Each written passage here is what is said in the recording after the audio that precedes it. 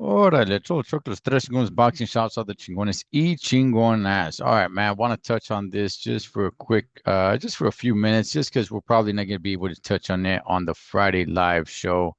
Nonito Donair, the Filipino Flash, he had a fight over the weekend. It was on a Sunday, and I went ahead and I checked it out. Now, I do not know anything about this other dude, about this Japanese guy, Rico Masura.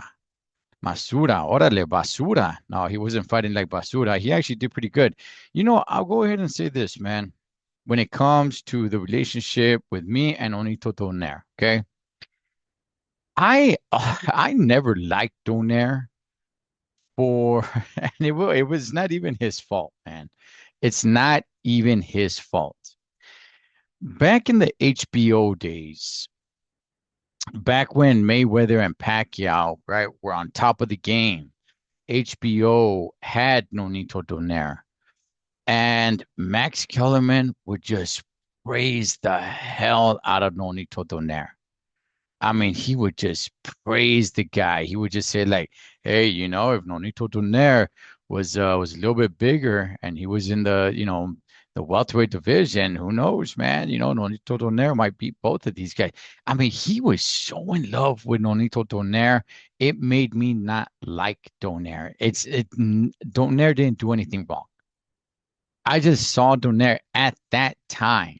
At that time, I was like, look, he's good, but I don't really see like greatness in him. Like it's all right. That's fine, I guess, but Max Kellerman, like, oh, this was his boy, man. This was his boy. Like he loved him back then. And I was just like, I don't know, man. I'm not really that impressed with him. And then I think it was when he fought Regendahl, when Regendahl beat him, and I'm like, yeah, look, I was never really that impressed with Donaire. Now, that was back then. Okay, we're taking it back to the HBO days. Okay, fast forward, fast forward to Donaire in his, mid to late 30s. I actually became a fan of his. HBO was gone. Max Kellerman was gone. Max Kellerman had disappeared for quite a while, right? And I actually had become a fan of his. I'm like, damn, look at this guy, man. This guy is making quite the comeback. I mean, it's like a resurrection of his career, man. It was cool to see. It was cool to see. And him getting in there with the monster anyway and giving Inoue everything that he can handle. It was like, damn, you know, wow, I don't know what's up with Donaire, if he went for a swim in the pool of Cocoon or something, but the guy was looking pretty damn good. And I had become a fan of Donaire. And I had realized, like, okay, the reason why I didn't like him had nothing to do with him. It had everything to do with freaking Max Kellerman just praising the guy so damn much. Um, but I did become a fan of Donaire to a certain degree. Now that was kind of later in his career. I can appreciate what he did earlier in his career. I'm not going to disqualify that because of because of Kellerman. Now he went ahead. He had a fight over the weekend. Rico Masura. I don't know anything about this Japanese dude. Okay, I know nothing about him. Um, it was a 10-round fight. They were kind of going back and forth. I saw the score before they went to was it the seventh round, I believe it was. The commentators had it tied up 57 apiece. And it was a pretty, even fight, but I will say this. I will say this. Once we got into the sixth round, it just seemed like Donaire had really started running out of gas. He was in the fight. All the other rounds, he was definitely in the fight and he was giving as much as he was getting. But it really seemed like in the sixth round, like, okay, started running out of gas. In the seventh round, definitely started running out of gas. And something crazy happened in the seventh round. So what this fight happened in Japan. Okay. Something happened. It's weird in the seventh round. So He gets dropped. He gets dropped with, I believe, under a minute to go in the seventh round. One of his cornermen gets up on the apron with a towel in his hand, and I'm thinking, well, that's it. I mean, that they're calling the fight. Nobody else is on the apron. There's still time on the clock for the round, and the referee's kind of looking at him. Now, Donair got up. He got dropped and he gets back up. And as he's looking, he's like, okay, the ref is like, well, are you calling the fight? Should I stop the fight? I mean, what are you doing? And there was kind of like this weird few seconds where it's like everything just kind of paused, like, hey, I'm not really sure what to do. And the fight continues. Donair's face is a little busted up at this moment, at this point, and it's the end of the seventh round. Now, going into the eighth round, which is the round that the fight finished.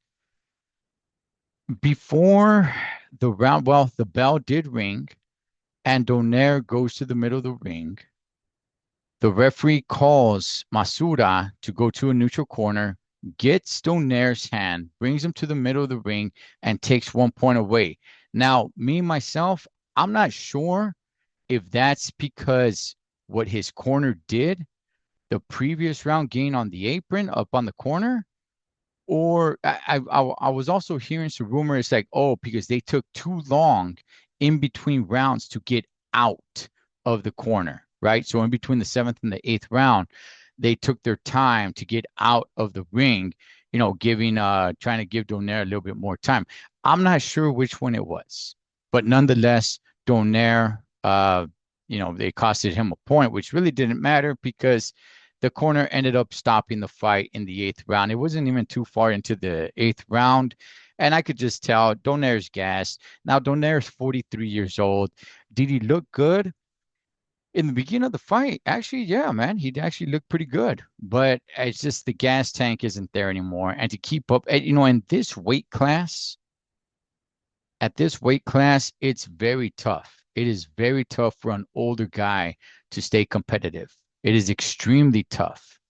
43 is ancient in these lower weight classes.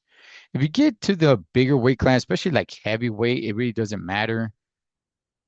The bigger you get, more of a chance that you have, but the smaller, I mean, those guys are a little bit more on the toes, a little bit more fast. So, I mean, the older you get, you just get older faster, man. And I don't know if this is it for Donair. I haven't really caught up with Donair's news, but I will say this, just seeing his face, he looks older. Just seeing his face, you can see the wrinkles on his forehead and everything. I'm like, oh, wow. Yeah, this guy's definitely getting older. His hairline's receding back. He's just starting to look old now. So, whether he decides to call it a career or not, it was fun while it lasted. I do have some memories of Donair, and I take back me not liking him because it wasn't even about him. It was about Max Kellerman. So, but nonetheless, look, he put up a good fight. Masura, I'll be real with you guys. Am I interested in watching him fight again? Look, if it happens, it happens. Uh, he's really gonna have to make a name for himself for me to actually start tuning in, especially if he's gonna be fighting in Japan, where it's a weird time for me out here in Killer Cali. Yeah, it's gonna, he's definitely gonna have to make some big movie that's for me to really care about him. But that was Donair. I don't know if that was his final fight or not. We shall see. I hope it kind of is. If he has one more in him, maybe he should fight somebody who's washed up as well. Just for like one last hurrah. Somebody who's older and a little bit washed up, and they could just have one more crack at it. But what's your guys' thoughts? Choco, los tres chingones boxing shots, los chingones y chingonas. Catch you guys on next round.